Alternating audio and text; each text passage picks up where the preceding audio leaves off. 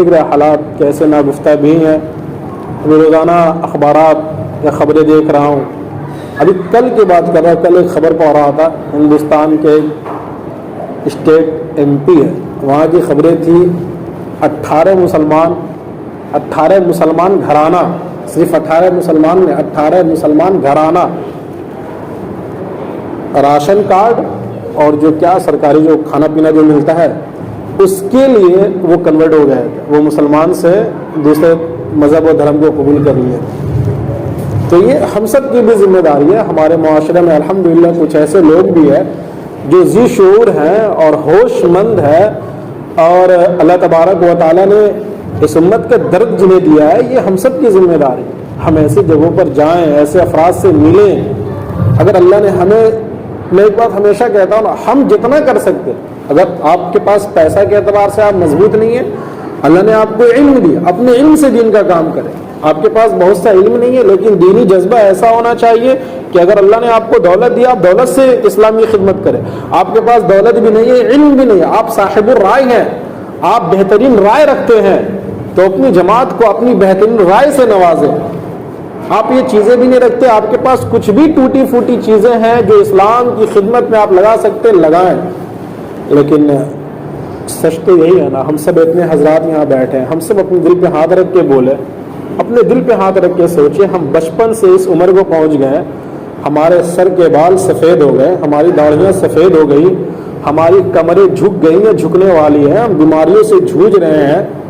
ہماری پوری زندگی اسلام کے لیے کتنا لگا, جو ہمارے پاس موجود ہو اس میں سے بھی کتنا لگا. تو جب یہ چیزیں آتی ہیں تو بڑی مایوسی ہے, جبکہ یہ کسی جماعت کا نہیں, ایک فرد کا کام ہے, ایک فرد کا کام ہے. اور آج دیکھیے, آج آپ غیروں کے اعتبار سے دیکھیں, آپ ملیں, ملاقاتیں ہوتی ہیں. عیسائی بھی ایک اپنے آپ کو ایک مذہب کا دعوت کرتے ہیں, آپ ان سے ملیے, کس طرح سے ان کی مشنریاں کام کر رہی ہیں, ان کے کانوینٹ اسکول کام کر رہے ہیں, اور کس طرح یہ بچوں کے عقیدے سے کھلواڑ کر رہے ہیں. اور آج دیکھیں سنگ پریوار کس طرح خاموشی کے ساتھ اس کے اسکول اور اس کے تنظیمیں, اور ایک خاموشی کے ساتھ, ان کے ہاں جلسہ نہیں ہے, ان کے ہاں جلوس نہیں ہے. 100 سال کے بعد یہ سیدھا کیا تو کیا کیا, دھرم سنسد. دیکھیں 100 سال تک خاموش رہے, جب یہ کچھ کرنے پہ آئے تو سیدھا یہ کیا کیے, دھرم سنسد. اور دھرم سنسد میں کیا ہو رہا ہے پتہ بھی ہے؟ نہیں پتہ ہے تو پتہ کیجئے کیا ہو رہا ہے دھرم سنسد, کس طرح نفرتیں بانٹی جا رہی ہیں. ہم نے ان کے مقابلے میں کیا کیا؟ شروع سے ایک بات یہ کہی جاتی ہے, ہم یہ کہتے بھی ہیں مسلمانوں کے خلاف سازشیں ہو رہی, ہم سب کہتے ہیں ہمارے خلاف. مجھے پتا چلے میں محمد غفار, میرے خلاف سازشیں ہو رہی ہیں, میرے گھر کو اٹھا دینے کی, یا میرے ماں باپ یا کسی کو مار دینے کی, تو ہم میں سے کسی کے ساتھ یہ معاملہ ہو تو کیا وہ سکون سے رہ سکتا ہے, ہاتھ پہ ہاتھ دھرا بیٹھ سکتا ہے؟ بولے, وہ ذہنی انتشار میں رہے گا, اس سازش کا مقابلہ کرنا چاہے گا, سازش کو تدبیر سے توڑنا چاہے گا. لیکن ہم سب یہ کہتے ہیں کہ پورے عالم کے اندر اسلام اور مسلمانوں کے خلاف سازش کا بازار ہے, تدبیریں چلائی جا رہی ہیں. اور اب سازش بھی نہیں, اب تو سب کچھ سامنے ہے. رانچی میں جو کچھ ہوا سامنے ہے نا, آپ اسے سازش کہیں گے؟ سب کچھ سامنے ہے نا. پورے ہندوستان میں جو کچھ ہو رہا ہے, پورے پھر اسے ان گندگیوں کو میڈیا ٹرائل, الیکٹرانک میڈیا ہو یا سوشل میڈیا ہو یا پرنٹنگ میڈیا ہو, ان چیزوں کے ذریعہ کس طرح غلط کو صحیح ثابت کیے جانے کی ایک ہور مچی ہوئی ہے.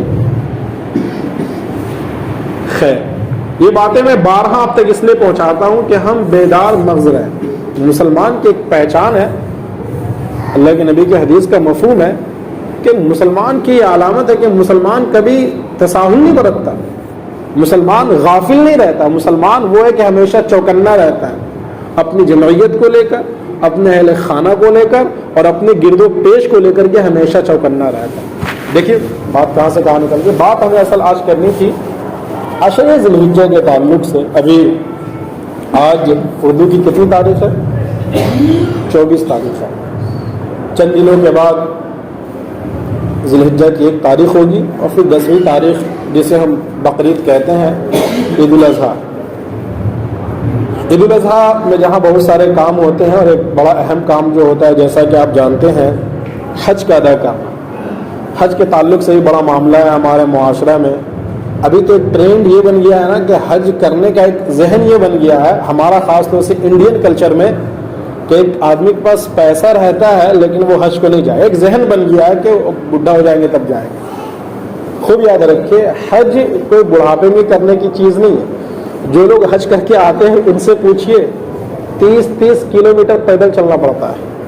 30 کلومیٹر. آج کے موٹر سائیکل کے زمانے میں کہ انسان یہاں سے فتح پور تک بھی پیدل جانا ان کے لیے مشکل ہوتا ہے. لاؤ نکالو گاڑی, موڑ پہ جانا, کتراس پیدل جانا مشکل ہوتا ہے. 30 کلومیٹر اور سخت دھوپ اور سخت تپش میں, اور پھر ایسی بھیڑ لاکھوں 10 20 30 لاکھ لوگوں کا افراد کی بھیڑ. تو ایک ذہن بنا. جبکہ عبادت کے بارے میں ہم سب یہ کہتے ہیں نا, عبادت ایسے تو نہیں کہا گیا نا جوانی کا ایک سجدہ, جوانی کا ایک سجدہ, بڑھاپے کا 70 سال کا سجدہ. اور سچ بھی یہی ہے. ایک نوجوان جس کی نئی شادی ہو اور اس کے پہلو میں بستر میں نیک خوبصورت حسین بیوی ہو اور شادی کے 2-3 دن ہی گزرے ہو, آپ تعجب کیجئے. اور پھر وہ رات میں اٹھ کے اللہ کے لیے 2 شکرانہ ادا کرے. کیا خیال ہے آپ؟ اللہ کو کتنا اچھا لگے گا. اور ایک بیچارہ کمزور ہے, اللہ کو ناپسندیدہ یہ بھی نہیں ہے کہ ایک ایسا شخص بھی ہے بیچارہ وہ بھی رات میں اٹھ رہا ہے. میں اشارے میں کچھ کہنا چاہ رہا ہوں, اللہ کو ناپسند یہ بھی نہیں ہے, بہت پسندیدہ ہے. لیکن ہم تصور کر سکتے ہیں نا. تو حج کے تعلق سے جو ایک ذہن بنا یہ بھی بہت گندی چیز ہے.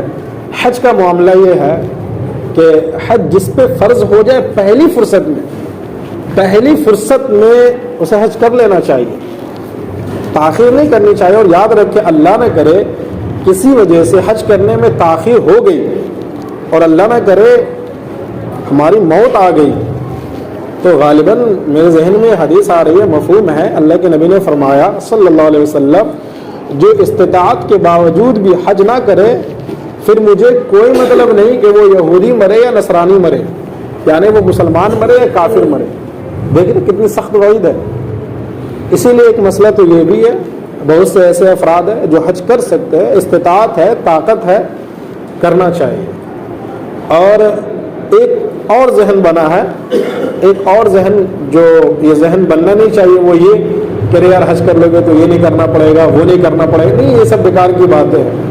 حج کے پہلے جو نہیں کرنا ہے حج کے بعد بھی وہ نہیں کرنا ہے. بات سمجھ آ رہی ہے؟ اس کو خوب سمجھے. جو کام حج کے پہلے کرنا گناہ ہے, غیبت گناہ ہے, اور بھی چوری چماری گناہ ہے, گندی جگہوں پر بیٹھ کر عزت دار لوگوں کو بے عزت کرنا گناہ ہے, حج کے بعد بھی گناہ ہے یار, حج سے پہلے جائز نہیں ہے. اور اگر ہم میں سے اگر اللہ ہم میں سے کسی کو حج کی توفیق دے تو اس کا ضرور خیال رہے کہ حج کرنے کے بعد یہ کوئی ضروری نہیں ہے کہ نام سے پہلے حاجی لگوانا ضروری سمجھے, کوئی ضرورت نہیں ہے. وہ کہتے ہیں نا ایک پٹھان صاحب کے حج کر کے آئے, میں کبھی آپ کو سنایا تھا, حج کر کے آئے. تو ایک راشن دکان میں ان کا بہت پرانا پیسہ ویسا باقی تھا. راشن دکان میں گئے, کہا یار میرا کھاتا کھولو. دکان والا بہت خوش ہوا کہ ماشاءاللہ حاجی صاحب حج کر کے آئے, لگتا ہے کہ میرا پرانا ادھار سب چکتا ہو جائے گا. دکان والا جلدی سے کھاتا نکالا, کہا میرا نام کیا گیا, حاجی لگا دو. بات سمجھ میں آ رہی؟ تو یہ کوئی ضروری نہیں, بلکہ اگر آپ کو کوئی کہہ دے نا, آپ ان کو سمجھائے حضرت 5 دن جو لوگ نمازی پڑھ رہے ہیں وہ تو نمازی نہیں ہوئے, اور زندگی میں ایک بار حج کرنے سے وہ حاجی کیسے ہو گئے؟ تو بھائی میرا نام محمد فلاں ہے, رہنے دیں. بات سمجھ آ رہی؟